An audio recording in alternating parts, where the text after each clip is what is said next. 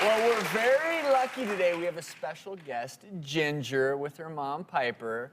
Now, Ginger, you're 5½. Is that right? So, do you watch iCarly? Is it a good show? Yeah. Yeah? So, do you know what those are? What are they? iCarly spaghetti tacos. Are they yummy? Yeah. So, Mom, is Ginger a picky eater? We have some situations where food touching is an issue. Oh, yeah. And Well, then- you don't want food to touch. No. But, Different you know, foods. That kind of brings up a good point. You know, it can be frustrating when your kids are picky eaters, but sometimes the last thing you want to do is pile a big plate of food in front of them and say, okay, you're going to sit here and eat it until it's gone, and because then you get this big power struggle, you know? Right. Sometimes doing something like the opposite works. And what you do, instead of, when you sit down for dinner, everybody has their plate of food except the picky eater. You kind of act like you forgot to serve them, all right?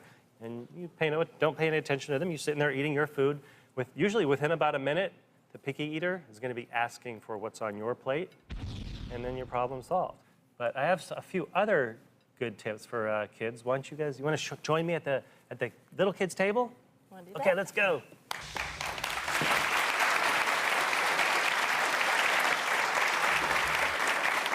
That's your chair. Yes, you can sit right there, Ginger.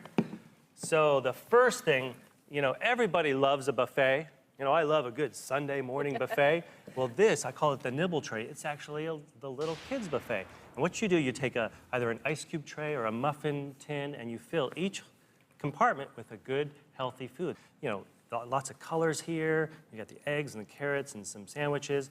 And I don't really care which one of these things she eats because they're all good for you. Okay, all it right? solves the separation issue too. Right, and no touching. The food does not touch, which is perfect. So another thing you want to do is make it fun, all right? And I love a plate like this because, do you see this, Ginger? See, there's a little face on that, and you can make funny faces with the different foods. And we can mess around with this guy's hair with the peas. Let's make it fall down a little bit. Maybe put some peas for his eyes. And this is kind of a cool thing. You can make an applesauce beard, and you can be really creative with something like this, and it can be a lot of fun. Now, this is a store-bought version, so if you can make something at home by yourself, just get some non-toxic that's great. food markers. They actually make markers that are made for coloring food, and you can make your own face plate. Pretty fun, huh? That'd be fun. Cool. And of course, you gotta have your airplane fork, airplane spoon. I mean, who can't resist something like that? So now, sometimes kids, they do get stuck on just one food, and then that's all they want. And you know what? That's actually fine. But you just gotta make sure that one food, do a makeover on that food. Make sure it's a healthy version of it. If it's spaghetti tacos, make sure it's a made-over version. And I think Travis has something for us over on the big table. So let's go back over there, okay, Ginger? Come back over. I'm getting lonely.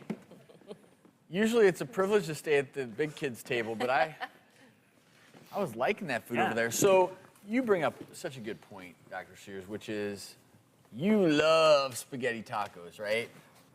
Well, I have some special spaghetti tacos. Dr. Sears, will you do the honors? Ready, Ginger? Ta-da! Whoa. Don't those look good? Yummy. As you can see here, I have whole wheat tortillas on a grate. And you can actually put the whole wheat tortillas in your oven rack and have it hang over the edges to create basically your own taco shells. And then inside of this, instead of regular pasta, so go ahead and dig in. Let's take a Ginger, bite. go for it. Tell me what you think. Instead of regular spaghetti, this is actually brown rice spaghetti, so you've got nice whole grains with fiber in it. And then, but the tomato sauce actually has pureed veggies in it too. Is that yummy? It's pretty good, huh? This is actually a great made-over version of the spaghetti taco because you mentioned it's brown rice pasta, which is going to be gluten-free. A lot of the kids are on a gluten-free diet. Also, we've cooked it al dente. It's not overcooked because overcooked pasta is very soft and gets absorbed in the sugar, the carbs from it gets absorbed a lot quicker in your bloodstream. We talk about the glycemic index of foods. Overcooked pasta has a much higher unhealthy glycemic index. So al dente is the way to cook your pasta. But not bad, right, Ginger? Pretty tasty? Well, thank you for being here today. I did thank you.